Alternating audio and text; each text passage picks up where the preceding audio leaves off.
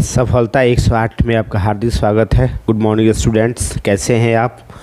तो चलिए देखते हैं और स्टार्ट करते हैं 9th क्लास का रियल नंबर, ये जो चैप्टर फर्स्ट है। ठीक है, चलिए स्टार्ट करते हैं। उसके पहले एक आपके सामने कोट है। सफलता जो होता है वह एक बहुत ही एक मजबूत कड़ी होता है ना। सफल पाने के लिए हमको कड़ी मेहनत करनी पड़ती है ना। सफलता पाने के लिए हमको कड़ी मेहनत करनी पड़ती है। इसलिए और सफलता के एक और बात है, सफलता जो होता है वह कभी गरीबी अमीरी नहीं देखता है, वो तो सिर्फ और सिर्फ मेहनत देखता है। ठीक है, तो एक और कोट्स आपके सामने आ रहा है। कश्ती डूब कर निकल सकती है, समा बुझ कर भी जल सकती है। मायूस होकर इरादे न बदल ऐ मेरे दोस्त, किस्मत किसी भी वक्त बदल सकती है। तो किस्मत को बदलने के लिए आपको मेहनत करना पड़ेगा और पढ़ना पड़ेगा। चलिए स्टार्ट करते हैं और देखते हैं। तो वास्तविक संख्या क्या होता है? देखिए, वास्तविक संख्या वो होता है जो हम सोचते हैं, है ना। किसी भी नंबर को सोच लेते हैं, 2, 3, 4, 5, 6, 7, 8, वे सभी क्या है? वास्तविक संख्या है। और वास्तविक शब्द जो होता है, यानी वास्तविक शब्द जो होता है वो काल्पनिक क्या करता है? काल्पनिक शब्द से क्या करता है? अलग करता है। वास्तविक शब्द जो होता है वो काल्पनिक शब्द को अलग करता है। ठीक है, तो वास्तविक संख्या चैप्टर है, बस इसके बारे में आपको देखते हैं और समझते हैं। जैसे वास्तविक संख्या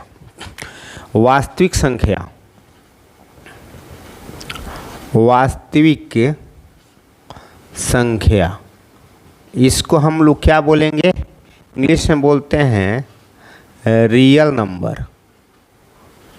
इसको इंग्लिश में क्या बोलेंगे? Real number. तो वास्तविक संख्या क्या होता है? वास्तविक संख्या यानी परिमेय और अपरिमेय संख्याओं का एक सम्मिलित रूप होता है। कैसे लिखेंगे? परिमेय और अपरिमेय संख्याओं का एक सम्मिलित रूप होता है। एक सम्मिलित रूप होता है उसे वास्तविक संख्या कहते हैं, है ना। यानी जो परिमेय और अपरिमेय संख्याओं का सम्मिलित रूप होता है उसे वास्तविक संख्या कहते हैं। वास्तविक संख्या कहते हैं, है ना। यानी परिमेय और अपरिमेय संख्या का जो सम्मिलित रूप होता है उसे हम लोग क्या बोलते हैं? वास्तविक संख्या कहते हैं। जैसे मान लीजिए यहाँ वास्तविक शब्द जो होता है, वास्तविक शब्द काल्पनिक संख्याओं को अलग करता है और इसे R से सूचित किया जाता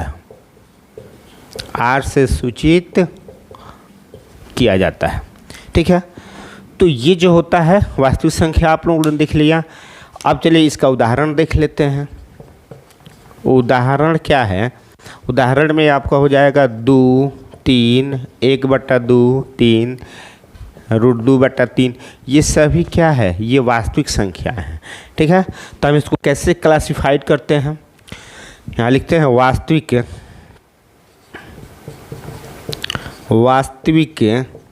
संख्याओं का वर्गीकरण। तो इसका वर्गीकरण कैसे करें? इसको ऐसे लिखते हैं, क्लासिफिकेशन ऑफ रियल नंबर। इसको क्लासिफाइड कैसे करेंगे?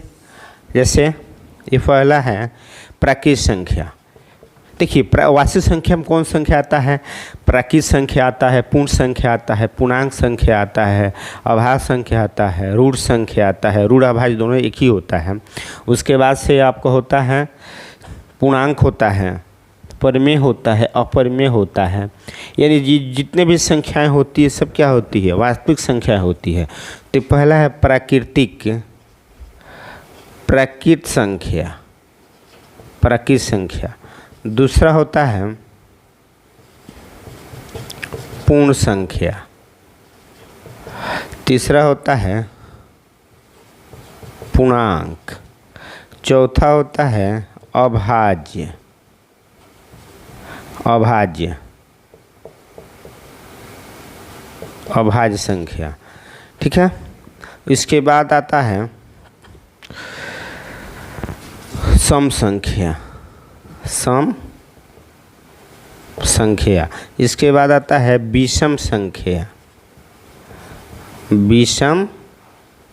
संख्या। यानी ये जो वास्तविक संख्याओं का ये वर्गीकरण है, यानी प्राकृत संख्या आता है, पूर्ण संख्या आता है, पूर्णांक होता है, अभाज्य संख्या होता है, सम संख्या होता है, विषम संख्या होता है। तो यह इसका क्या है? एक क्लासिफिकेशन है वास्तविक संख्याओं का। अब रियल में देखिए वास्तविक संख्या जो होता है वो परिमेय और अपरिमेय को जो मिलाते हैं उसी को हम लोग बोलते हैं वास्तविक संख्या। यानी वास्तविक शब्द काल्पनिक संख्याओं को अलग करता है, इसे ऐसे सूचित किया जाता है। उदाहरण के लिए हम लोग 2, 3, 1/2, 3 √3/2 डॉट इत्यादि कर सकते हैं।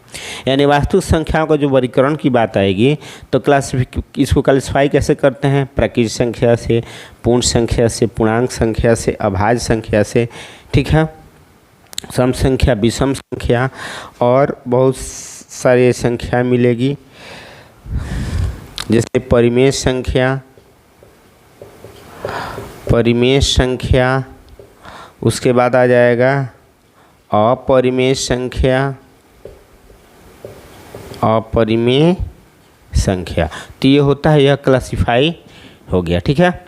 अब चलिए देखते हैं नेक्स्ट, यहाँ से एक एक करके देखते हैं प्राकृत संख्या से, ठीक है। या आप देखिए इसके बारे में आप लोगों ने सब बेसिक पढ़ लिया होगा। प्राकृत संख्या क्या है, पूर्ण संख्या क्या है, पूर्णांक संख्या क्या है, अभाज्य संख्या क्या है, सम संख्या है। और इस 9th क्लास में हम यहाँ से देखेंगे परिमेय संख्या से देखेंगे, ठीक है। तो परिमेय संख्या के बारे में चलिए देखते हैं, ठीक है।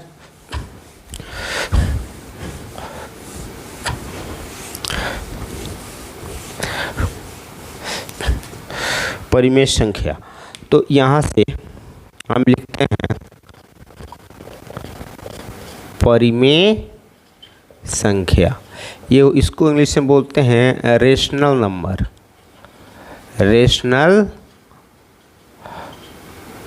नंबर। यानी इसका परिभाषा कैसे कहेंगे? वह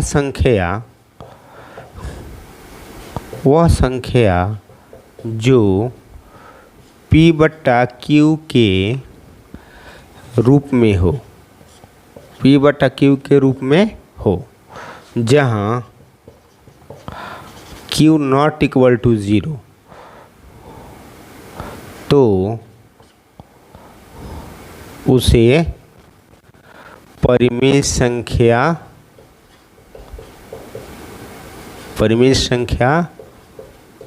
कहते हैं।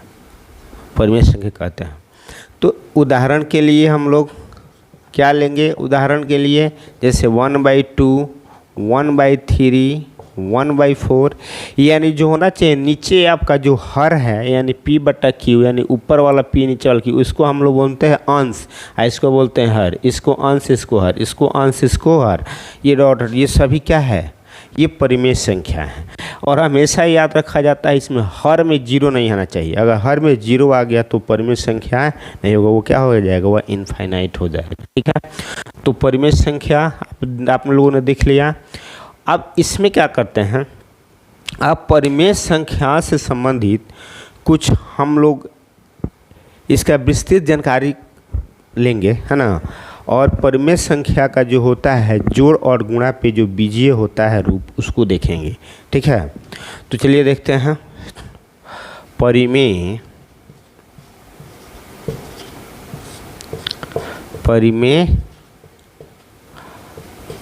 संख्याओं पर जोड़ और गुणा का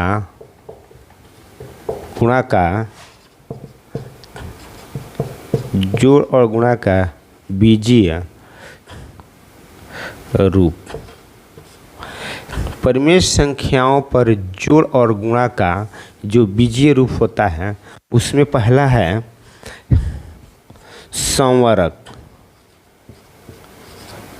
संवरक नियम। इसको हम लोग बोलते हैं क्लोजर लॉ।